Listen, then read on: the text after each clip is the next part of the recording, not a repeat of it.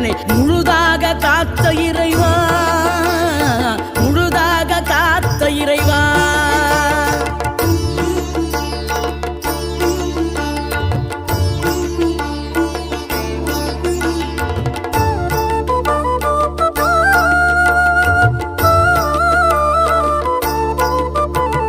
விழுந்தவர்கள் எழுவதுவும் எழுந்தவர்கள் விழுவதுவும் முருகாவும் செயலாலன்றோ.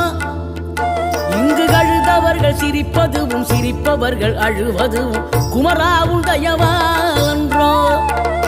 அந்தி பகல் எப்பொழுதும் தங்கி தடையில்லாமல் உங்கள் முகம் கண்ணிலாடும்.